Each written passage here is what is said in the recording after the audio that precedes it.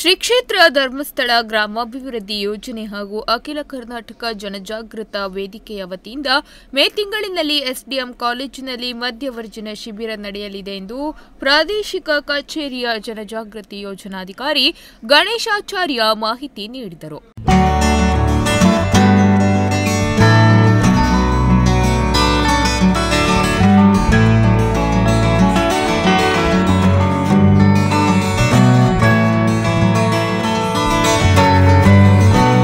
ಶ್ರೀ ಕ್ಷೇತ್ರ ಧರ್ಮಸ್ಥಳ ಗ್ರಾಮಾಭಿವೃದ್ಧಿ ಯೋಜನೆ ಹಾಗೂ ಅಖಿಲ ಕರ್ನಾಟಕ ಜನಜಾಗೃತ ವೇದಿಕೆಯ ವತಿಯಿಂದ ಮೇ ತಿಂಗಳಿನಲ್ಲಿ ಎಸ್ಡಿಎಂ ಕಾಲೇಜಿನಲ್ಲಿ ಮಧ್ಯವರ್ಜನ ಶಿಬಿರ ನಡೆಯಲಿದೆ ಎಂದು ಪ್ರಾದೇಶಿಕ ಕಚೇರಿಯ ಜನಜಾಗೃತಿ ಯೋಜನಾಧಿಕಾರಿ ಗಣೇಶಾಚಾರ್ಯ ಮಾಹಿತಿ ನೀಡಿದರು.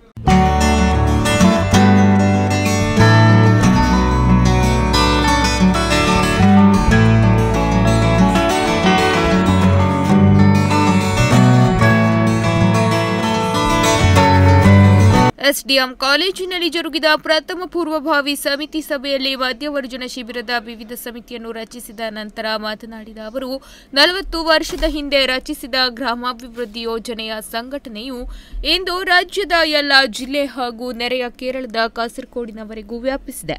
ಕೇವಲ ಸಾಲ ನೀಡಿ ಮರುಪಾವತಿಗೆ ಮಾತ್ರ ಸೀಮಿತವಾಗದೆ ಶೈಕ್ಷಣಿಕವಾಗಿ ಕೃಷಿಗೆ, ಸ್ವಉದ್ಯೋಗ, ಸಮುದಾಯ ಅಭಿವೃದ್ಧಿ ಸೇರಿದಂತೆ ವಿವಿಧ ವಿಭಾಗದಲ್ಲಿ ಕೊಡುಗೆ ನೀಡುತ್ತಾ ಬಂದಿದೆ.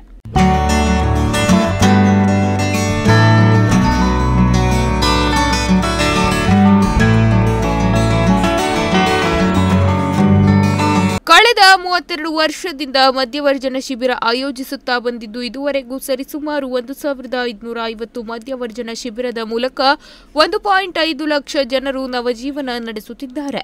ಮೇ ತಿಂಗಳಿನಲ್ಲಿ ಎಸ್ಡಿಎಂ ಕಾಲೇಜಿನಲ್ಲಿ 1 ವಾರಗಳ ಕಾಲ ಶಿಬಿರ ನಡೆಸುತ್ತಿದ್ದು, ನಿಮ್ಮ ಸುತ್ತಮುತ್ತಲಿನಲ್ಲಿ ಮದ್ಯವ್ಯಸನಕ್ಕೆ ಒಳಗಾದವರು ಇದ್ದರೆ ನಮ್ಮ ಸಂಘದ ಕಾರ್ಯಕರ್ತರು ಅಥವಾ ಸದಸ್ಯರ ಗಮನಕ್ಕೆ ತಂದು ಶಿಬಿರ ಸೇರಿಸಬಹುದು ಎಂದರು.